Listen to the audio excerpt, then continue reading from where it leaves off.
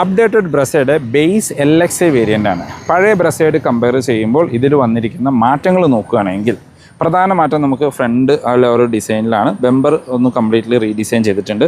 ഇവിടെ നമുക്കൊരു brushed grey finish വന്നു എന്ന് വേണമെങ്കിൽ പറയാം. താഴെ നമുക്കൊരു സിൽവർ ഫിനിഷിൻ്റെ ഇൻസേർട്ട് കൊടുത്തു. വേറെ പ്രത്യേകിച്ച് മാറ്റങ്ങളൊന്നും ഫ്രണ്ടിൽ നിന്ന് കാണാനില്ല. നമ്മളുടെ ഫോഗ് ലൈറ്റിൻ്റെ യൂണിറ്റ് ഒന്നും മാറിയിട്ടുണ്ട്. ഇപ്പോൾ നമ്മുടെ വിക്ടോറിയസിലെ കാണുന്ന സിമിലർ ഫോഗ് ലൈറ്റാണ് കൊടുത്തിരിക്കുന്നത്.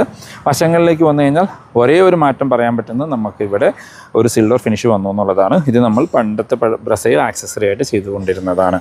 ബാക്കിലേക്ക് വന്നു കഴിഞ്ഞാൽ നമുക്ക് പ്രത്യേകിച്ച് മാറ്റങ്ങളൊന്നും തന്നെ വന്നിട്ടില്ല. ഇനി ഇൻറ്റീരിയറിലേക്ക് നോക്കുകയാണെങ്കിൽ അവിടെ നമുക്ക് രണ്ട് മാറ്റങ്ങളാണ് വന്നിരിക്കുന്നത്. ഒന്ന്, നമുക്ക് ബാക്കിലേക്ക് AC വെൻറ്റ്സ് വന്നു എന്നുള്ളതൊരു മാറ്റമായിട്ട് പറയാം. പക്ഷേ സ്റ്റിൽ നമുക്ക് ബാക്കിൽ ഹെഡ് റെസ്റ്റ് കൊടുത്തിട്ടില്ല. ഇനിയും മറ്റൊരു മാറ്റം നോക്കുകയാണെങ്കിൽ നമുക്ക് 6 സ്പീഡ് ഗിയർ ബോക്സ് വന്നു എന്നുള്ളതും ഒരു അപ്ഡേറ്റ് ആയിട്ട് വേണമെങ്കിൽ പറയാം. ഇനിയും ഇതിൻ്റെ ടർബോ വേരിയൻ്റ് ആണ് നിങ്ങൾ നോക്കുന്നത് എങ്കിൽ LXA ടർബോയിൽ നിങ്ങൾക്ക് seat height adjustment, auto AC പോലുള്ള അഡീഷണൽ ഫീച്ചേഴ്സ് ബേസ് വേരിയൻ്റ് തൊട്ടേ ലഭിക്കുന്നുണ്ട്.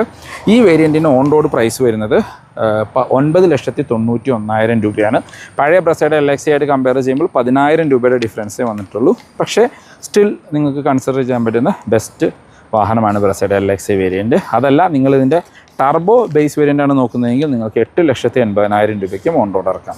ഇതിൻ്റെ detailed review video and updated on road price നമ്മുടെ ചാനലിൽ അപ്ലോഡ് ചെയ്തിട്ടുണ്ട്.